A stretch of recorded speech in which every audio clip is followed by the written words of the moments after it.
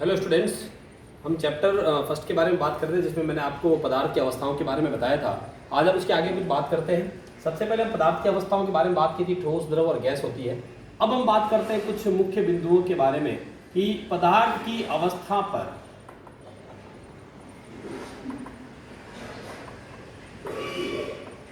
ताप का प्रभाव, यानी कि अगर आप पदार्थ की अवस्था लेते हैं और उसको पदार्थ को गर्म करते हैं तो उसकी अवस्था पर ताप का क्या प्रभाव पड़ता है वो देखते हैं। आप लोगों को अगर मैं बर्फ दे दूं और उसको मैं बोलूं हीट कीजिए, आप गर्म कीजिए, तो बर्फ को गर्म करने पर वो किस में बदल जाएगा? पानी में। पानी को गर्म करने पर वो किस में बदल जाएगा? आपका गैस के अंदर। किसके अंदर बदल जाएगा? आपका गैस में। मतलब पदार्थ की अवस्था पर ताप का प्रभाव पड़ता है और उस ताप के कारण पदार्थ ठोस से द्रव, द्रव से किस में बदलता है? गैस में बदलता है। इस स्थिति के अंतर्गत अगर हम बात करते हैं ठोस पदार्थ की, और इस ठोस पदार्थ को गर्म करने का मतलब त्रिभुज बनाते हैं, इसका मतलब गर्म किया जा रहा है, तो वो किस में बदलेगा? द्रव में। द्रव को अगर गर्म करेंगे तो वो किस में बदल जाएगा? गैस में बदल जाएगा। तो सबसे पहले इसके लिए हम बात करते हैं फर्स्ट, ठोस का द्रव में परिवर्तन। ठोस का द्रव में परिवर्तन।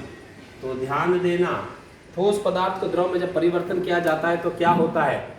जब किसी ठोस पदार्थ को गर्म किया जाता है तब वह ठोस पदार्थ धीरे धीरे अपने बीच में जो पाए जाने वाला बंध है उसको कमजोर कर देता है और उसके कारण ठोस पदार्थ किस में बदलने लगता है? द्रव में बदलने लगता है। तो जब ठोस पदार्थ द्रव में बदलता है उस स्थिति को एक शब्द काम में लेकर बताया जाता है, उसे कहते हैं गलन। यानी ठोस का द्रव में परिवर्तन होना क्या कहलाएगा? गलन कहलाएगा। इसके अंतर्गत बर्फ को अगर आप गर्म करेंगे तो बर्फ से क्या बनेगा? पानी। उसे क्या कहेंगे? गलन कहेंगे। क्या कहेंगे हम? गलन कहेंगे। यानी कि ठोस का द्रव में परिवर्तन क्या कहलाता है? गलन कहलाता है। इसी के अंदर एक छोटी सी बात आती है गलनांक की। गलन या गलनांक एक ही बात है, ध्यान देना आप। लेकिन इसी का आगे हम अगर एक बिंदु जोड़ दे शब्द तो थोड़ा सा अलग हो जाएगा। तो गलन बिंदु या गलनांक बिंदु क्या होता है? वह तापमान, वह तापमान जिस पर ठोस द्रव में परिवर्तित होता है,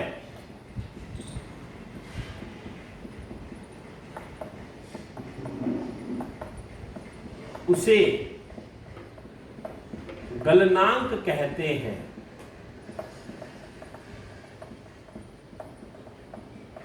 मतलब जिस तापमान पर ठोस किस में परिवर्तित होता है?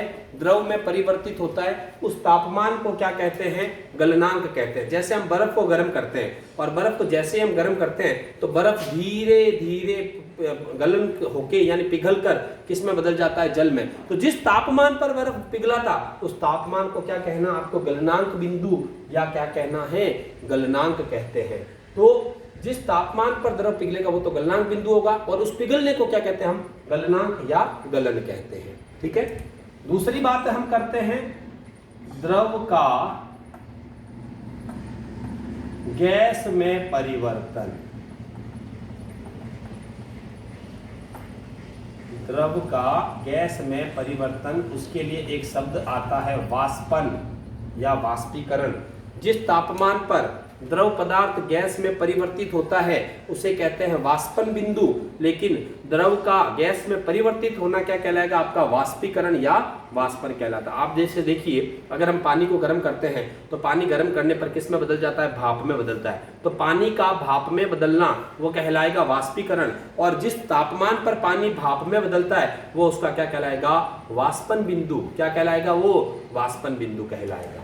तो इसके अंतर्गत वाष्पन की परिभाषा आ गई। यानी कि वाष्पन का मतलब क्या हुआ? द्रव का गैस यानी कि वाष्प में परिवर्तन। यानी कि द्रव किस में बदलता है भैया? वाष्प में बदलता है। उसे क्या कहते हैं? वाष्पीकरण या वाष्पन कहते हैं। और जिस बिंदु पर बदलेगा वो बिंदु क्या कहलाएगा?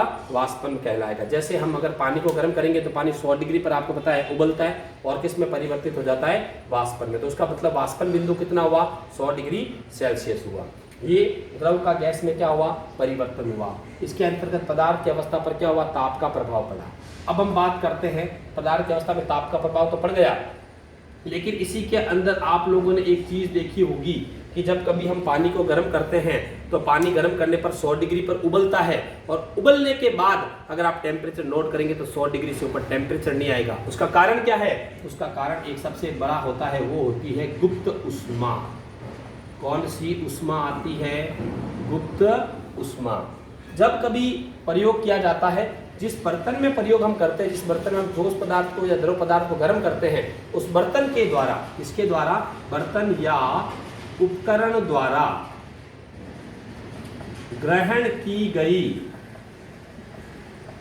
ऊष्मा गुप्त उष्मा कहलाती है।